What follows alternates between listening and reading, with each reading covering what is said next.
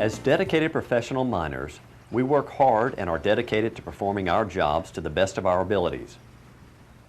This means keeping safety and quality our top priorities as we perform our many tasks each day.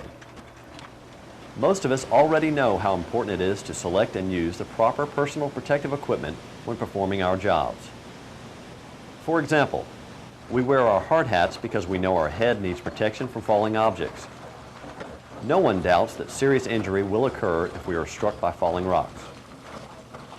However, there is an unseen hazard in the mine not as obvious as falling rocks. It affects everyone and exists in many different places. And if we leave ourselves unprotected from this hazard, we can suffer permanent injury, leaving our lives and the lives of our family permanently affected.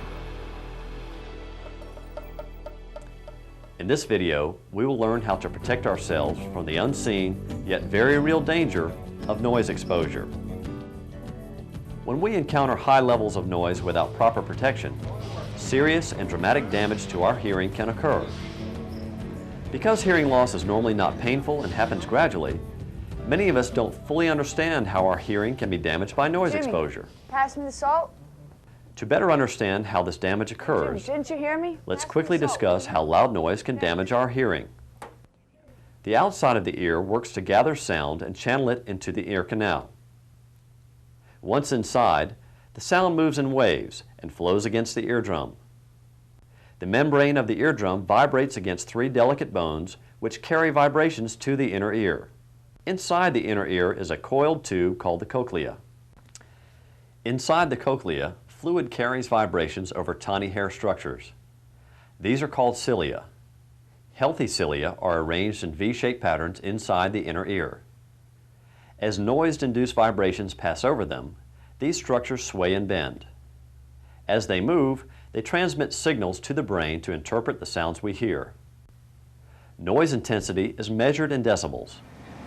Most experts agree exposure to noise levels around 85 decibels can damage these tiny structures. And as the noise level gets louder and more intense, the cilia get bent further and with more force.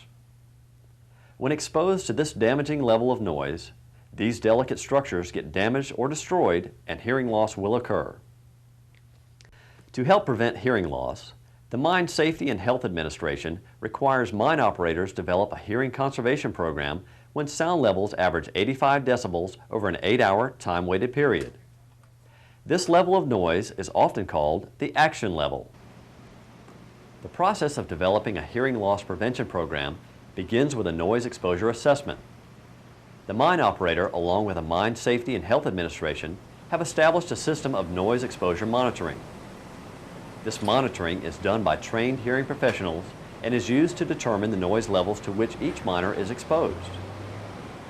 Miners will be notified when noise exposure levels require action on the part of the mine operator and the miner to prevent hearing loss. The proper preventive action to be taken will be included in this notification. As mentioned earlier, the action level is reached when the noise level exceeds 85 decibels averaged over an 8-hour period. When the action level is reached, the miner will be enrolled into the hearing conservation program. The mine operator will continue noise exposure monitoring, and the miner will receive training on hearing loss prevention. Mild hearing loss. Noise exposure that exceeds 90 decibels over an 8-hour period is referred to as the permissible exposure limit. When noise levels exceed the permissible exposure limit, the mine operator will put into place all feasible engineering and administrative controls to reduce the level of noise exposure. Affected miners will be given a written copy of the control measures, and the copy will be posted on the mine bulletin board for review.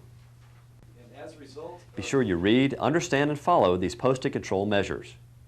Ask your supervisor if you have any questions. When noise exposure levels reach 105 decibels per 8-hour period, dual hearing protection is required. This means earplugs and ear muffs must be worn at the same time to provide proper protection. Another key part of the hearing conservation program is medical surveillance. This is a program of hearing tests and evaluations by a hearing professional. These tests are vital in the prevention of hearing loss. During the initial test, a baseline is established for each miner to serve as a starting point. This is called a baseline audiogram. The miner must avoid high levels of noise or wear hearing protection for the 14 hours immediately preceding this initial test. During subsequent annual testing, the miner's hearing levels are compared to this baseline to determine if any hearing loss has occurred. If hearing loss of at least 10 decibels as compared to the baseline audiogram is recorded, a standard threshold shift has occurred. A standard threshold shift indicates a small level of hearing loss. When a standard threshold shift is detected, an examination of noise exposure and protection methods for the affected miner will occur. This includes retraining the miner to ensure that hearing protection is being selected and used properly, as well as an evaluation of the effectiveness of engineering and administrative noise exposure controls. The goal of this retraining and exposure assessment is to ensure that all measures are being properly taken to prevent any further hearing loss for the affected miner. When a miner is first enrolled in the Hearing Conservation Program, and each year thereafter, training is provided on the fundamental aspects of the program. Perhaps the most important part of this training includes the proper selection and use of hearing protection devices. A hearing professional has worked with the mine operator to evaluate the types of noise hazards in the mine areas and has recommended the proper types of hearing protection which must be worn. Each type of hearing protection device has a noise reduction rating. This is a measure in decibels of how much the outside noise is reduced before it reaches the inner ear. The goal of any hearing protection device is to reduce the level of noise in the inner ear to a safe level. Hearing protection devices with higher noise reduction ratings offer more protection than those with lower ratings. These hearing protection devices are provided to the miners by the mine operator. In most cases, this protection will be one of two basic types: earmuffs or earplugs. Earplugs are available in different sizes and can be disposable or reusable. Most disposable earplugs are made of polyurethane or other expandable foam that is easily compressed for insertion into the ear. To properly insert this type of plug into the ear, first make sure your hands are clean. Then compress the foam by rolling it in your fingers. With the other hand, pull up on the top of the ear, then insert the plug into the opening of your ear canal, keeping your finger on the plug while it expands. After inserting the plugs into the ear canal, you can test for a proper fit by placing your hands over your ears. This will have no effect on the level of noise you can hear if the earplugs are inserted properly.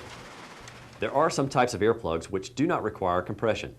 This style helps to prevent the transfer of dirt from your hands into the ear and reduces outward pressure on the ear canal from the expansion of foam plugs. Because each person's ear canal is a different shape and size, earplugs come in many shapes and sizes. Find one that fits you and is comfortable. The second type of protective device is the earmuff. Earmuffs are designed to cover the entire ear and consist of a pair of cups connected by a headband. The cups are usually filled with soft foam to provide a comfortable, secure fit and low-pressure seal. Each type of hearing protection device has certain advantages. Earplugs generally provide more protection than earmuffs and are less cumbersome. Earplugs don't interfere with other personal protective equipment, are inexpensive, and easily replaced. Earmuffs are easy to use and install properly. They eliminate the risk of ear infection from dirt getting into the ear canal, and they are designed so that one size fits all. No matter what protection you select, check with your supervisor to be sure it is appropriate for your work area. Of course, when the dual hearing protection level is reached at 105 decibels, earplugs and earmuffs must be worn together. This level of noise exceeds the capacity of earplugs or earmuffs alone to provide adequate protection. Keep in mind that hearing protection should not stop when you leave work. There are plenty of activities off the job that involve dangerous noise levels. No one will set up a hearing conservation program for you at home. That responsibility is up to you. Remember, no one wants to experience life with hearing loss. Do everything you can today to protect your hearing for tomorrow.